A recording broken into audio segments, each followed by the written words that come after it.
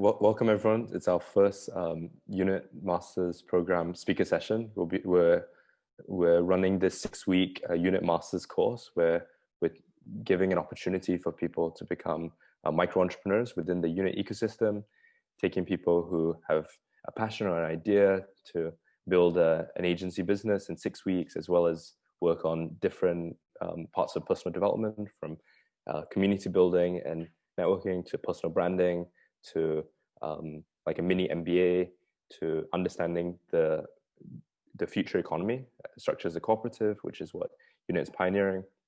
And as part of that, every week we invite 2 experts. Very grateful to have Ryan Allis here, who I'm sure everyone here is very grateful and appreciative for him being our first speaker. I'll shortly give some background about Ryan and how I first heard about him, and very impressed with his way of thinking and some of the many different points and thoughts he shares. In terms of the format today, we're going to start with a short talk by Ryan, where he shares his entrepreneurial journey, like a hero's journey of how he got started, what were his difficulties along the way, who are the people who helped him, what advice does he have for entrepreneurs, maybe a few stories in terms of building a business and what to be mindful of, or what you can kind of learn, and then his vision for the future. And really excited for that.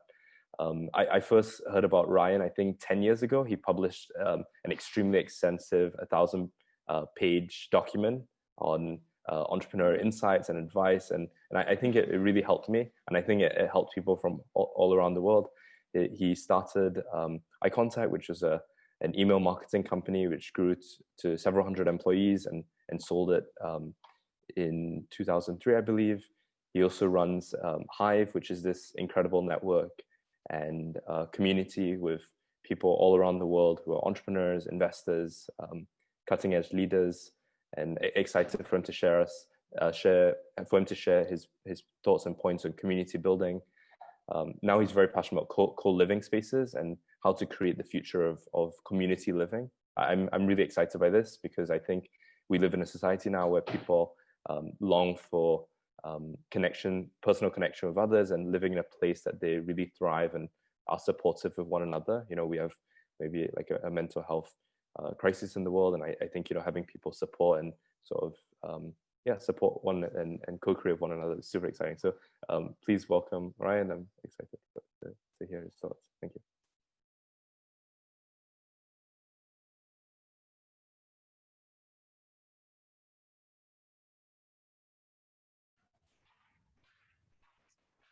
Hang on just 1 second. Just getting closer to the Wi-Fi router. Michael, can you hear me okay? Yeah, loud and clear. Awesome. Hi, everyone. Ryan Allis here. I'm very excited to meet you all. It's great to have such an international and global community here. I'm a big fan of Unit Ventures and what Michael is building, and I'm very happy that you're part of the Unit Ventures Masters program and are all becoming entrepreneurs and learning to grow your own businesses. I'm going to talk for about 15 minutes to start about my journey as an entrepreneur. I'm 36 years old. I was born in 1984 in the United States, in Pennsylvania. My dad was an Episcopalian minister, and my mom was a Buddhist social worker from England. So I'm half American and half British, and grew up in a dual religious background where my dad was Christian and my mom was more Buddhist. My uncle was the entrepreneur in the family, my uncle Steve. And back when I was 11 in 95, he gave me my first computer. And I wanted to figure out how to go into 7th grade when I was 12. With actually looking cool. I wanted to have the cool shirts, the cool clothes, and where I lived in Florida in the South USA at the time, the brands that were cool were Billabong and Quicksilver, and I wanted to have those types of clothing, and as a 12-year-old little boy. And so I said, Mom, will you get me the clothes? And she said no. They were $60 US per t-shirt. And she said, Ryan, if you want a $60 t-shirt, you can work for it and buy it yourself. And she said, Ryan, what are you good at? And I said, well, I'm good at computers. And so I put up some flyers at the local city hall and laundromat and library. And for $5 an hour, started a small computer help business in Florida as a 12-year-old in the summer of '96. Made about $450 US that year. helping senior citizens send pictures to their grandkids on the internet, on email, and then got into website design in 1998, built a bunch of websites, and went off to college, the university in 2002. When I was 18, I moved up to North Carolina, a state a little bit north of Florida, and I went to 2 years of college and then dropped out of college to build a software company. I got involved in the entrepreneurship club at my university, UNC, and ended up becoming the CEO of a company called iContact, which I founded in 2002 with another classmate of mine from college. So we grew that company up to 300 employees, $50 million a year in annual sales, and 70,000 paying customers. And if you go to icontact.com, that's the business that I started that's still around today. It was one of the very first web-based email marketing software providers. So that was what I created when I was 26. I was CEO of a 300 employee, $50 million a year company that I had co-founded. I learned a lot from it. I learned a lot from that experience. We raised $45 million of venture capital over 3 rounds of fundraising, and learned a lot about hiring, recruiting, creating a great culture, building a team that people really want to work for you, and how to not just be a solo entrepreneur that works for yourself as a self-employed person, but to build a team that works with you so that you can manage a 20-person, 50-person, 100-person team. I learned a lot of those lessons in my 20s. Happy to answer questions about that later on today on the call. When I was 27, my mom was diagnosed with brain cancer and passed away about 4 or 5 months later. And that experience of her brain cancer diagnosis led me to make a different life decision, and I decided to sell the company.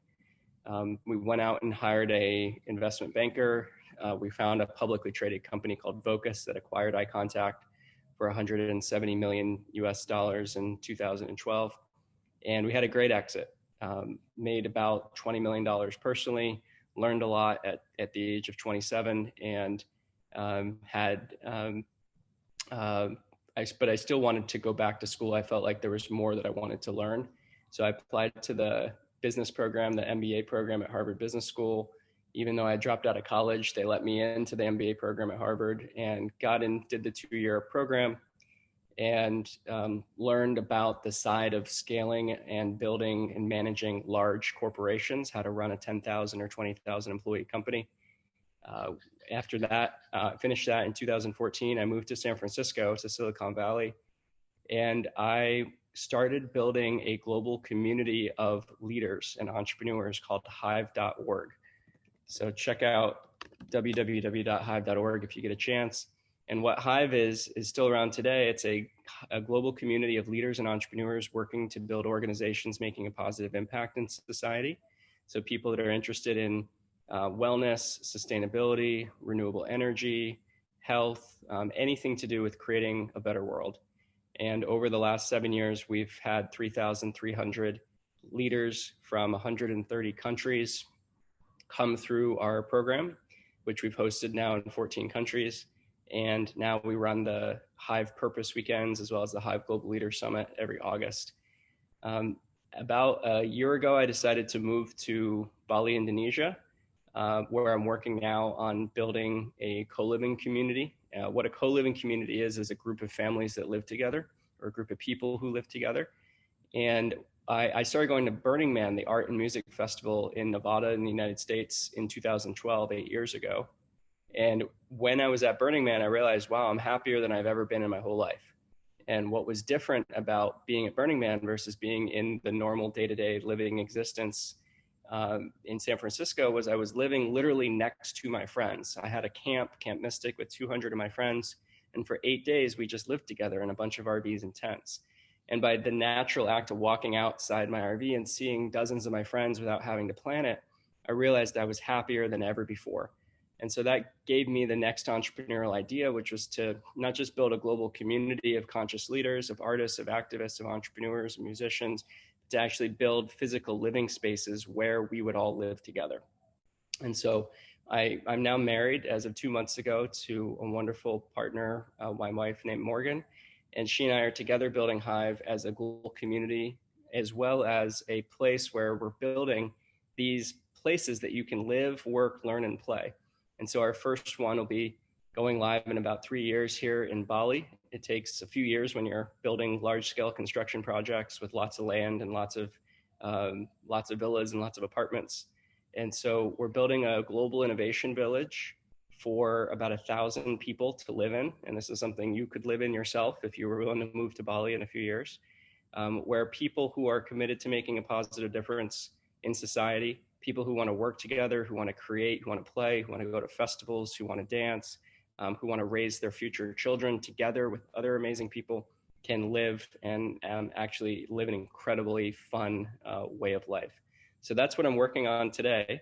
And that's been a great joy of mine. So I've gone from software entrepreneur to community builder to now my dream and my passion and my vision is to reimagine how human beings live, so that we live in ways that are not alone in apartments, by ourselves, isolated, but instead are together in community with friends, where we can still work hard, but actually grow by being around inspiring people. I often find that we are the average of the 10 people we spend the most time with. And so by living in a community where you're around amazing mentors, very inspiring people who are up to big things, who motivate you rather than tear you down, who say good things instead of gossip, you can advance in your career and in your life and in your own personal health and wellness much faster while meeting incredible people that might turn into future husbands or wives or future people that you do work with. So that's the 15-minute version of my story. There's a lot more I could share about how to build a company to $50 billion in sales, how to sell it, how to be a manager, how to be a CEO, how to start a global community, how to move to Bali. A lot of these things I can talk about, but I'll turn it back over to Michael to start asking some questions. Thank you so much for sharing that, Ryan. It's super inspiring and learned a bunch of stuff. So just prepare some questions here and I guess can ask these, and then I guess everyone in attendance, you can start posting some questions in the chat, and then after maybe 5 or 10 questions, then maybe we can open it up to the audience. So I think one thing I was super excited to ask was, I really like your vision in terms of the future of communities and co-living space. I would like to know, like, why this excites you. Like, how does it look like in the future where, you've got people all around the world living in these hubs with entrepreneurs and artists, and I'm wondering, like, why does this excite you so much? Yeah, well, I think everyone on this call is either an entrepreneur or at least thinks entrepreneurially, who wants to make a better life for their family, who wants to maybe have a little bit higher living standard than maybe their parents had, who wants to live a purpose-driven, healthy life. And one of the things I notice about entrepreneurial people is we're committed to human potential. We're committed to living a life where every year we get better. And 2020 has been a hard year for a lot of people around the world because there's been a lot of unexpected challenges and changes. And yet people I find who are motivated, who are working hard, who are proactive, who are staying around positive people, are the exact type of people that we want to bring into our communities. And so what I find, this is just like really rough estimates. What I find in life is that every single human being has incredible potential to live a fulfilled, happy, and healthy life. Every single person has that potential. And there are certain people who choose and make the proactive choice to do everything that they can to be a good person, to be kind, to be healthy, to stay active and fit, to grow and learn, and to take chances and to take risks and to build things that are in alignment and to work for organizations and companies that are in alignment with their soul.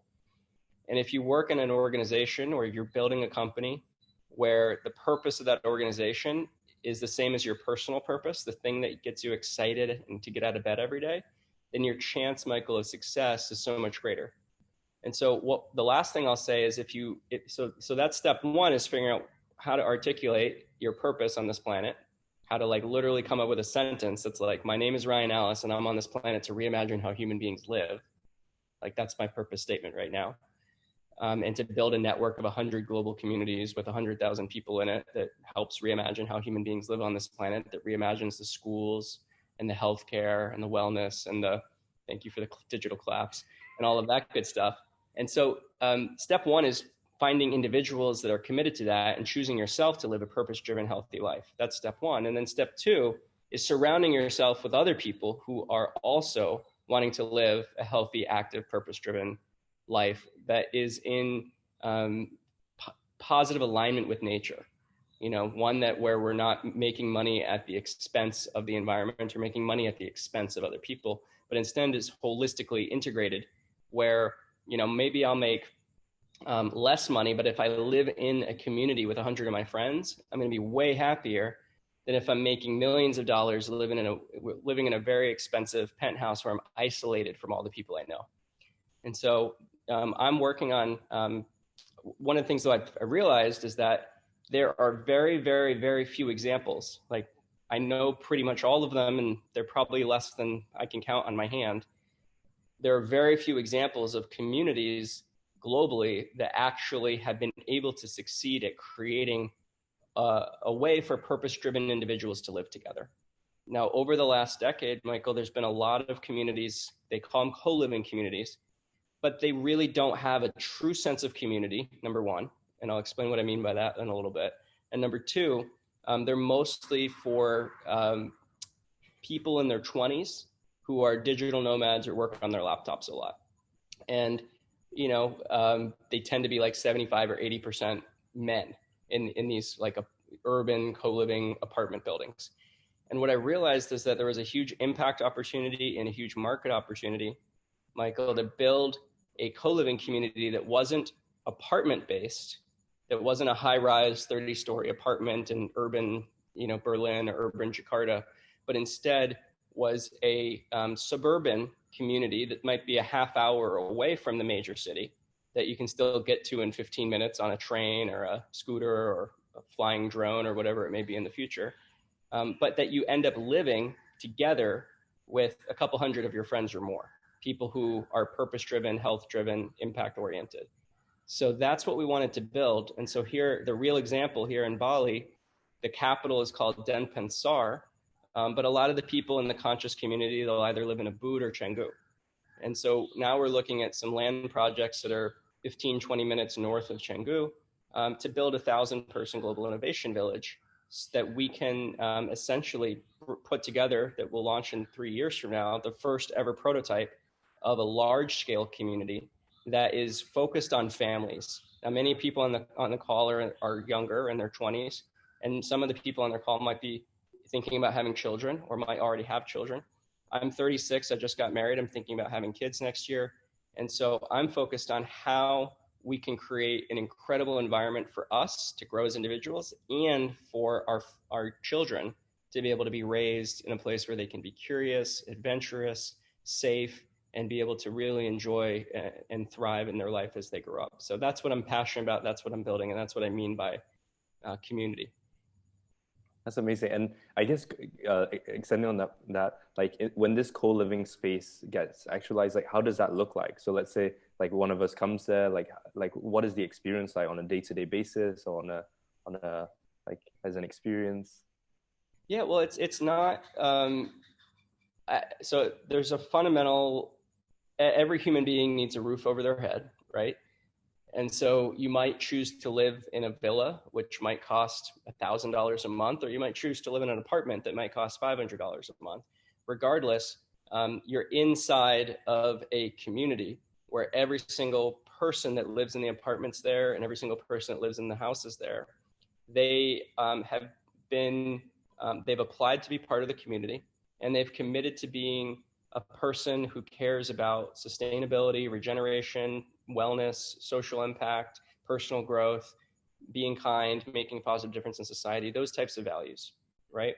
And then there's a certain level of global diversity. So you don't want a bunch of, you don't want 80% Americans, or you don't want 50% Russians, or you don't want too many men or too many women. So there's a sense of professional diversity where there's artists, people who work in wellness, people who are working on their laptop, people who host retreats, people who work in all different sectors, coming from all over the planet, every continent, to live there and essentially work together to create better versions of themselves. So once you leave your apartment, what's different is that you can have privacy in your own area, Or if you just want to go outside, you're going to run into people who you probably know. Now, the average human can only really maintain about 150 relationships, but you're going to see a lot of the 150 people that are closest to you just walking around on a day-to-day basis. You're going to the restaurant for an espresso, you're going to the wellness center to work out, you're going to the amphitheater for an event at night, you're going to the beach. You're going to see people you love, that you've had experiences with, that you've danced with, that you've played with, that you've gone to festivals with. And that will just naturally create more dopamine, serotonin, and happiness in your own life. That's amazing. Thanks so much for sharing that. Right. And like in terms of an entrepreneur, like what is an entrepreneur to you? And can anyone be an entrepreneur? And what's one piece of advice that you have like to entrepreneurs or aspiring entrepreneurs that's helped you or that has stuck around and given you some guidance? Yeah. And Sophie, I see your question. I'll answer it in just a minute when we open up the questions. So your question, Michael, was about advice for aspiring entrepreneurs. I think my biggest advice for aspiring entrepreneurs is get clear on why you're alive. Most aspiring entrepreneurs think that entrepreneurship is about making money. The reality is that's a part of it, but that's a result of it, not the purpose of it. The purpose of entrepreneurship is to be able to create something that makes a difference in society, be able to create something that makes a positive impact in the lives of other people. And if you can build a way to make a positive contribution and create value for others, and then sell that value to other people for less than they could get it otherwise, at a higher quality than they could get otherwise, for a price that's higher than it costs you to put that value together, that's what a business is, right? And then the company is a collection of humans that are in the process of delivering that value at scale over and over again with high quality and high satisfaction. So my advice to entrepreneurs is figure out why you're alive and what your purpose is and what you want to contribute to society before you start prototyping, before you start creating a product. And just realize that if you can create a business that you love, where every single day you love what you do, it doesn't matter if it takes 10 years or 20 years or 30 years, you're going to love your life a lot more than if you're doing something you don't enjoy doing. Amazing. And I guess before we go into the group question, did you ever have like a low point, like in terms of like thinking, oh my gosh, like how are we going to pull this through, or like everything wasn't going to plan, and how did you overcome it? Like what was the way that you realized that there is light at the end of the tunnel, or that you can get through this difficult situation? Oh. Yeah, I mean, every human being's on their own journey of awakening, and as part of the journey of awakening, there's going to be challenges and suffering that comes up, right? And you can either fight those challenges and fight that suffering, which then creates more challenge and more suffering, or you can appreciate the challenges and realize that you're on this planet to learn certain lessons. And the easier you take in challenges that come, the faster you'll learn those lessons. Like my mom died of cancer when I was 27. Like that sort of sucks on the surface level. It was very difficult to experience as someone in my mid to late 20s. Then my dad died of cancer when I was 33 years later. So there I was at 30, essentially without any parents, as an only child, and sort of not yet married, no long-term girlfriend, sort of like on my own in the world, trying to figure out who am I, what's my purpose, what's my place. Like my parents are already dead. Like what's the point of my living? And so by being able to go through challenges, realize that even the most difficult challenges, losing a loved one, can be something that helps you on your journey to learn the lessons that you're here in this lifetime to learn. I think that's an important lesson for aspiring entrepreneurs. I'll take two more quick ones. Persistence, you just got to keep going. Once you know why you're alive, you got to keep going because it can take 20 years sometimes. And then the last thing I'll say is, this is a philosophical and spiritual perspective, but I find that entrepreneurs who believe in reincarnation are more successful on average than entrepreneurs that don't believe in reincarnation.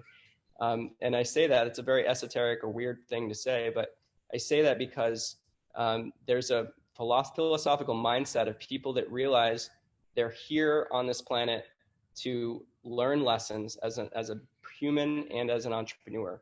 And as a human, what happens when you believe that you're going to get another chance? Like if you die, your soul stays and you're going to get another body in another place in the future someday.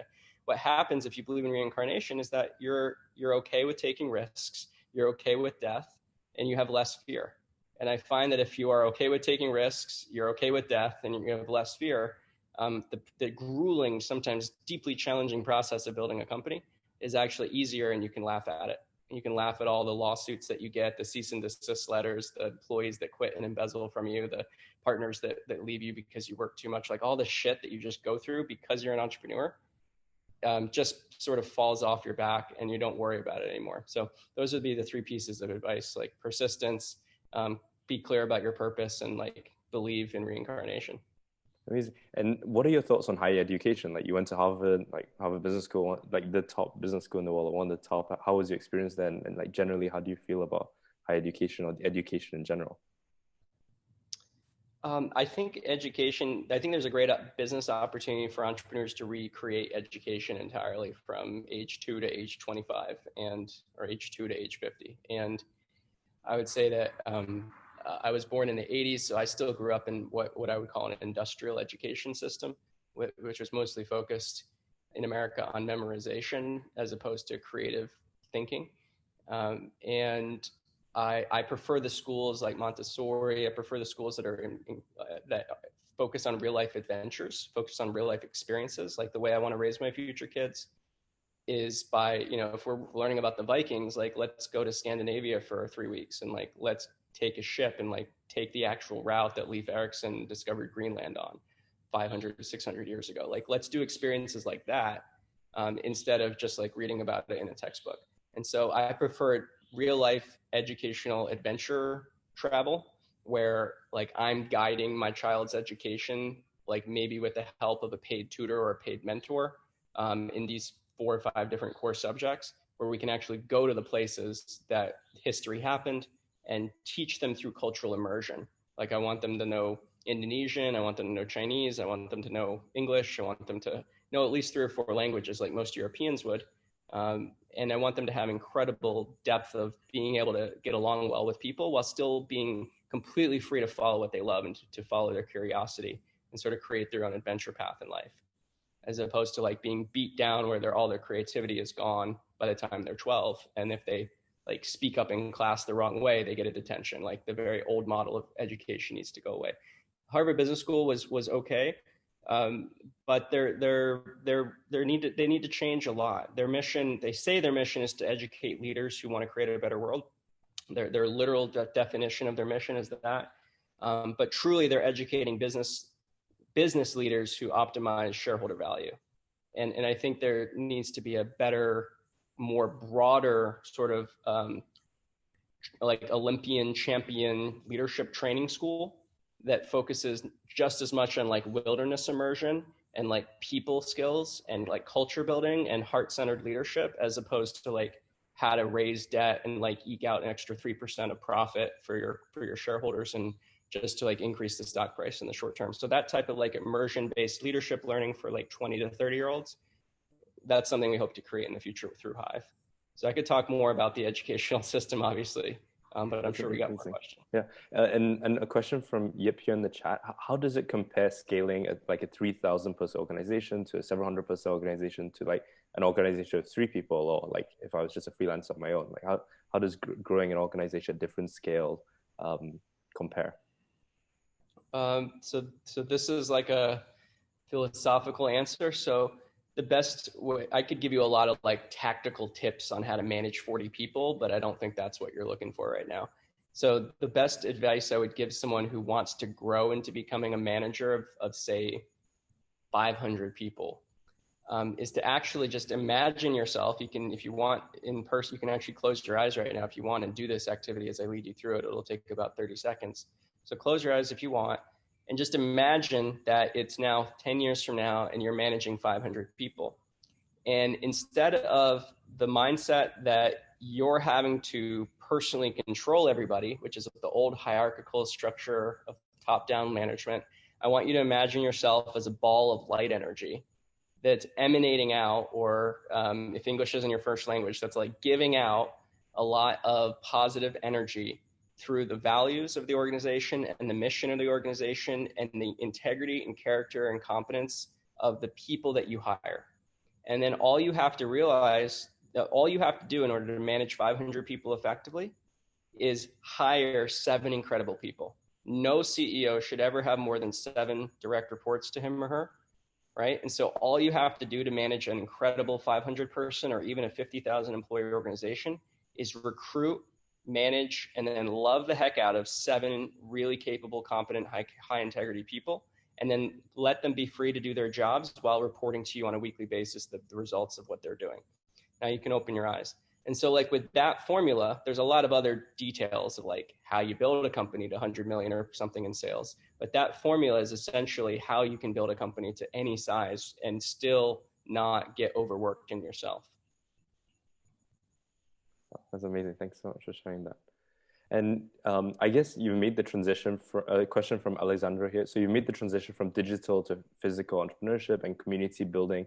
Like how did they compare in terms of like the complexity of building a community, that maybe the fast nature of digital versus the slightly more patient nature of a physical project, and maybe the unpredictability of how things emerge and how to deal with that? Yeah. So, and I want to make sure we get to all the questions, including Sophie's. For Alexandro, I would say in 2002, when I started out in digital entrepreneurship, it was sort of like easy for me because I was 18 and I just understood how computers worked better than most 45-year-olds who didn't understand the internet at the time. So I was like the beginning age of what we all are now, which is digital natives. So I had a big advantage being 18 and building a software company because no one else knew how to do it 20 years ago, or very few people knew how to do it 20 years ago. Building a company that actually is physical atoms instead of ones and zeros is a lot harder. Like I could like if I wanted to go build another $200 million software company, I could probably do it in 5 or 6 years. But that doesn't energize me right now. Like what energizes me right now is like, how can I get the coolest DJ, the best trapeze artists, the best circus performers, and like the coolest villas and the best health food center all on the same block of land in this like island in Indonesia? Like that's what energizes me right now. And like trying to figure out that challenge is way more complicated than trying to figure out how to put the right UI UX on a browser on the computer. Amazing. And how do you think the local people respond to that with regards to Sophie's question? And how do you integrate well and support? Well, the good news here is not very little happens in Bali unless it's approved by the local government. And whoever's been to Bali, you know this, Michael. Bali's run by a governor and then by a series of what are called banjars, which are like little, 300 person villages. And every single banjar has a vote about what happens in their area, in their land. So nothing can happen here in Bali unless it's supported by the local people, which is really awesome, number one. Number two, Bali is the place I've found in the whole world. I've been to 45 countries. It's the number one place in terms of wanting more tourists to come here. Like 80% of Balinese economy, like the way they make their money for their families, is driven by tourists, right? And so some millions of tourists come here every year in normal years. And especially in this year where tourism isn't possible, it's very important to the livelihoods of the people that live here that they're able to have incredible word of mouth, whether it be on Instagram, whether it be on blogs, whether it be on Facebook, about the amazing things happening here. So when we're talking with local leaders about the possibility of building a world-class design school, or world-class research institute, or world-class community of sort of like a city of masters for 1,000+ people to live in that are changing the world, they're like, hell yeah, we would love to have that here, right? And so you want to make sure it's regenerative. You want to make sure it contributes to the challenges that are actually happening here. But interestingly, like I found that there were way more, I used to live in California, there were way more challenges in California trying to get things approved by the local people, like where I lived in San Francisco, than there are here in Bali, where people are very encouraging of the work that we're trying to do to bring people who are not Indonesian to Indonesia and see how amazing this country is. That sounds amazing. And what are the toughest challenges in geopolitical adoption in terms of building such a living community? I think I'm about to find out. I don't know yet. I'm like, I've been working on building co-living communities in the United States for like 3 or 4 years. And it was so hard to do it in San Francisco and Los Angeles that I was just like, screw this, I'm moving to the tropics and doing it in Bali. What I find is that permitting is way easier here. The cost of land is 80% less. The cost of construction is 90% less. The cost of food is 90% less than LA or San Francisco. And so as long as you have local leaders who speak Indonesian and local leaders who speak Balinese guiding you through the process, local legal consultants to make sure you do it properly and legally, I find that you can move a lot faster than you could in a more heavily regulated country like the United States or most parts of Europe. Amazing. And for someone who's feeling a bit lost or wondering what to do, or maybe facing an identity crisis, or not having purpose in their work and want something more, like what would you suggest them to do, or what would you say to someone who is? Yes. So I see Shabistan Khan's comment. I don't know, but I imagine you're from Southeast Asia just based on your name, or perhaps from the Middle East. Shabistan, feel free to tell me where you're from on the chat. For me, the best thing I ever did to help me figure out my purpose in life was I went to a 10-day Vipassana and sat in silence for 10 days. He's from India, but he lives in Nairobi. Great. One of the things, let's just talk about Nairobi. I've been there 10 times. There's a lot of opportunity in East Africa, right? But sometimes it's a challenging place to be, Nairobi particularly. I've been all over East Africa. And just know, Shabistan, that there's a whole world out there beyond Nairobi where anything is possible. And so I definitely, to the extent you can afford it and save up money in the years ahead, I would recommend traveling and seeing other countries and seeing what the culture is in Europe, or seeing what the culture is in Thailand or Indonesia, or maybe joining one of our communities. Besides Vipassana, the number one thing I did was go to arts and music festivals. Now you might say like, oh, aren't those for like 22-year-olds? But really for me, I didn't even start going to Burning Man until I was 28, 29. And what I find is that the type of people that go to these art and music and wellness and creativity festivals are the people that are designing the new earth, the people that are designing the future. And when I realized there was a tribe of aliens, I like to call us, who were like proactively either under a delusion that we are here to create a new earth, or like maybe actually that we are here to create a new earth, it became way more fun to live. And if you can look at life as a game where you're here with a tribe of tens of thousands of other amazing people who are here to create a better world than the one our parents grew up in, then it becomes really fun to live. Lastly, I'll say is figure out your purpose. And Shabistan, if you can write down on a piece of paper why you're alive in one sentence, that will help a lot. Hive has something that'll start up again next summer called the Hive Purpose Weekend, where you can come for 2 days and we'll help you get clear on why you're alive on this planet and what your action plan is. And once you have a clear plan and purpose, life becomes a lot more fun. But lastly is just find other people that can motivate you. Amazing. And a question for Anne here. What's your take on pushing for things to happen versus allowing for them to happen? So surrendering versus planning, and so pushing. Yeah. So it's half and half. Like it's literally like if you studied the Taoism, right? It's like what is the white circle inside of the black circle? Next to the white circle, it's the lightness and the dark, or it's the two forms of energy. And a lot of alpha energy, or like heavily masculine energy, thinks that the answer is to push. And that's the like old New York way, right? And then on the other side, like what's sometimes called beta energy or feminine energy or omega energy, is the energy of like, let me just meditate and get clear on my vision and do nothing, and it'll all come to me. Now, the extreme of that is also messed up, right? And so in a world where we've had too much alpha energy, too much masculine energy, frankly, like visioning, getting clear, meditating, staying still, and stillness, which is what this year has been about for a lot of people, is stillness, is very important.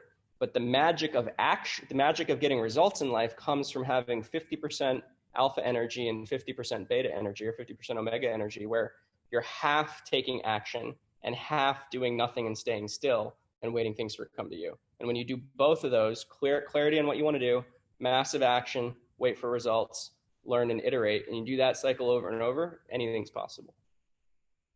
This is why the hippies are wrong and the Wall Street executives are wrong. You got to be in the middle in order to make things happen.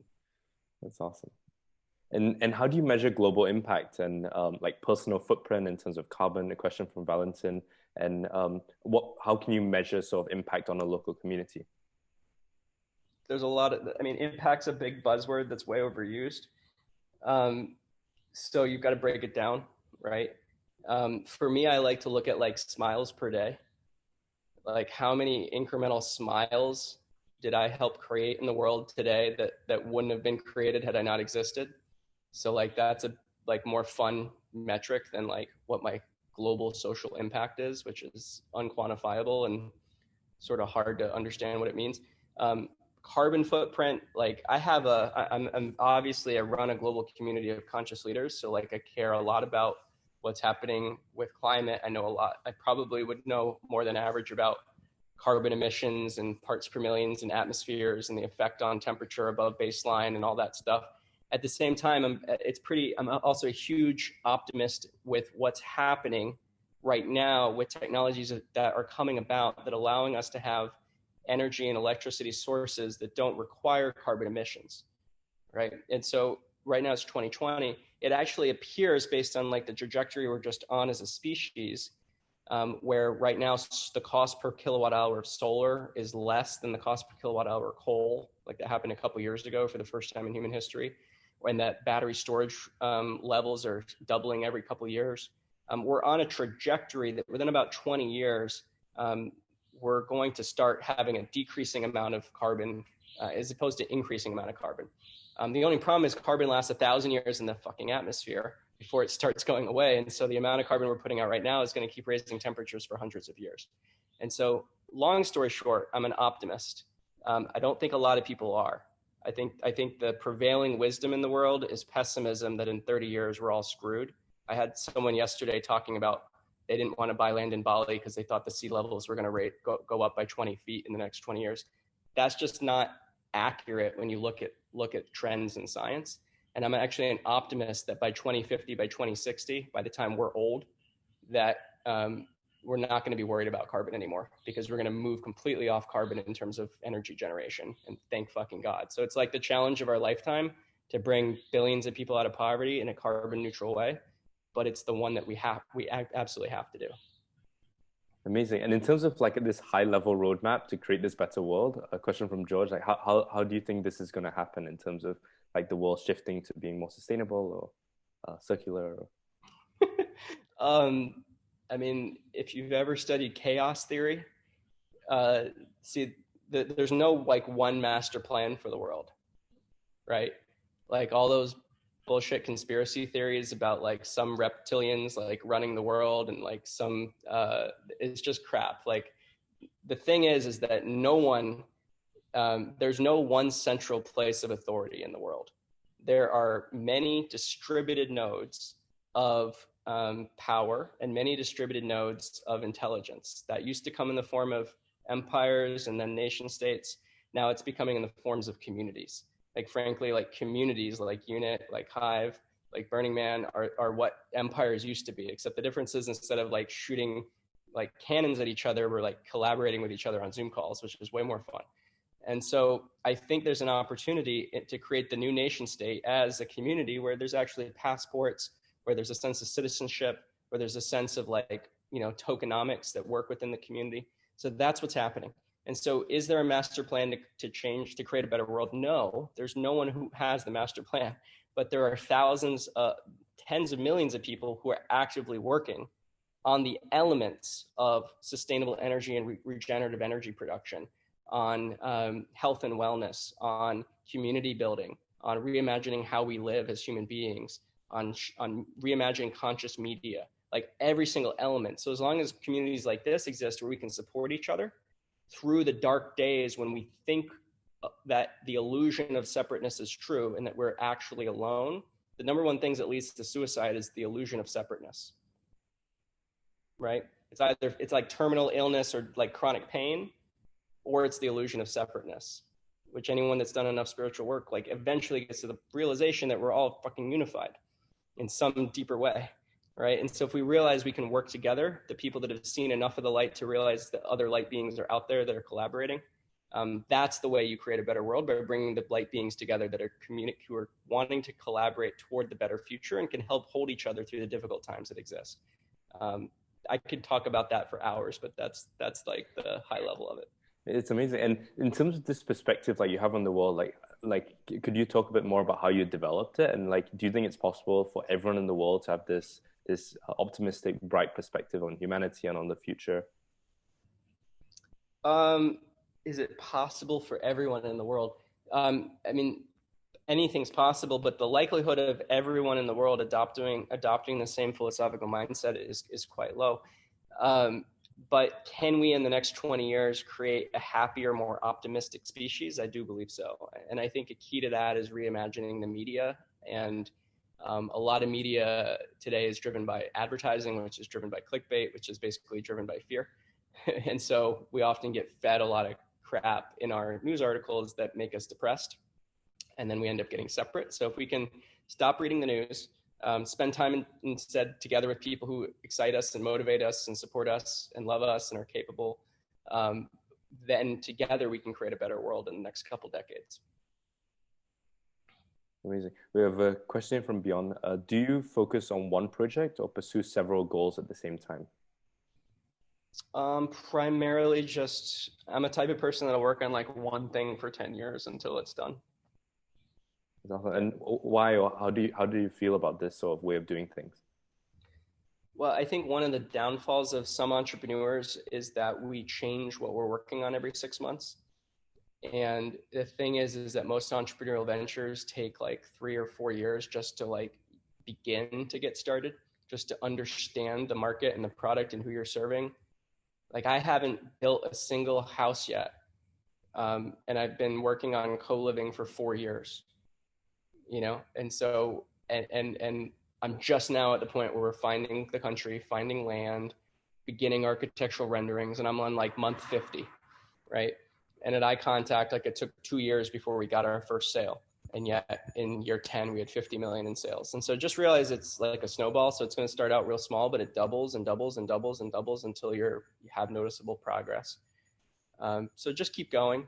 And I like to work on one thing for 10 or 15 years. I might change my tactic. Like, my goal for this 10-year or 15-year period is to build a global community of conscious leaders and to build housing for them. That's the only thing I'm working on probably for the next 40 years of my life. Amazing. And a question here from Yip. What excites you about Unit, and what do you love to see us doing, or what would you like us to do? One of the things that's cool about Unit is it's got some really innovative ways of distributing ownership. And, you know, there's like 30 people on this call right now. And in a normal company, you all would either be like employees to do a job that might probably would be boring, or you would be, you know, maybe you'd be students who would be paying for learning right now. But as I understand this master's program, it's pretty cool because you're paying something, but like you're getting the equivalent of that back in token. And a lot of people haven't quite done it right yet, but it sounds like from my talks with Michael that they're doing it right, and making sure that everyone that participates, particularly in the early stages of 2020, 2021, will get an equivalent value in actual token that in 3, 4, 5, 6, 7 years could be worth something significant. Maybe it's worth $1,000 today, but it might be worth $50,000 in 5 years. And that's not based on speculation, but based on the actual economic activity. So if you go back to like 30,000 years ago, when human beings were just bartering before money, and you were just like join Sumeria, which was one of the first city-states in Mesopotamia. This is actually like 10,000 years ago in the Middle East. When they started coming up with their first money, you would end up, if you invested in the Sumerian market, you know, in the year 5000 BCE, and then like 500 years later, it would have grown substantially. And so basically you're getting to invest in a whole new type of marketplace and a whole new type of community while having a collaborative culture. So I like that. So summary is, I think Michael's smart, and I think he's going to do amazing things in the next 30 years. Thanks. I think it's all of us in, I guess, the team that's working super hard and our co-founders. So we have a question here from Valentin. So speaking of distributed value, ownership and value, which we'll just talk about it. What do you think about distributed leadership or collective intelligence? And do you think a success like eye contact would be possible with a distributed or decentralized leadership? Yeah, I think that the next companies that, I was just talking to a guy that's building the next version, like the new Facebook today. And everyone understands that Facebook was created 18 years ago and it's sort of old and it sort of the algorithm messes with your mind and makes you less social instead of more social in the real world. And so there's actually negative human health effects of using Facebook. And so he's building a new version of Facebook that's focused on like the wellness of the users, but actually uses the blockchain to create a sense of incentives for distributed code, distributed and open source code creation. So I think there will be distributed and open communities, marketplaces, social networks, living communities, and the ones that are going to be winning 10 years from now are the ones that are utilizing tokens and the support of a decentralized community instead of top-down hierarchical control. And what's your happiest moment working on your current project so far from Sasha? I've been working on building Hive since 2013, so I'm on year 7, having a lot of fun with it. Last year, we got to host a big event in California with 400 leaders from 60 countries in one room.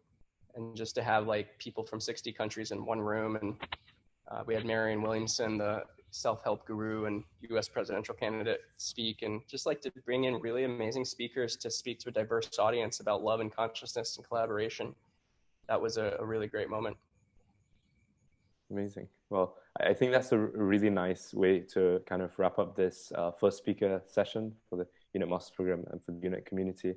If you have any final words, maybe Ryan, and then we can wrap up this session. Thank you so much for your time and to everyone here for being a part of this.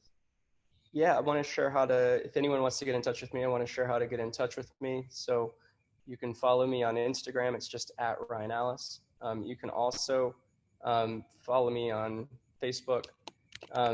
My email is ryanallis@hive.org. So feel free to send me questions via email. And I also use WhatsApp a lot and sometimes Telegram too. So please get in touch and please just follow your dreams and keep surrounding yourself with inspiring people who encourage you to be better versions of yourself.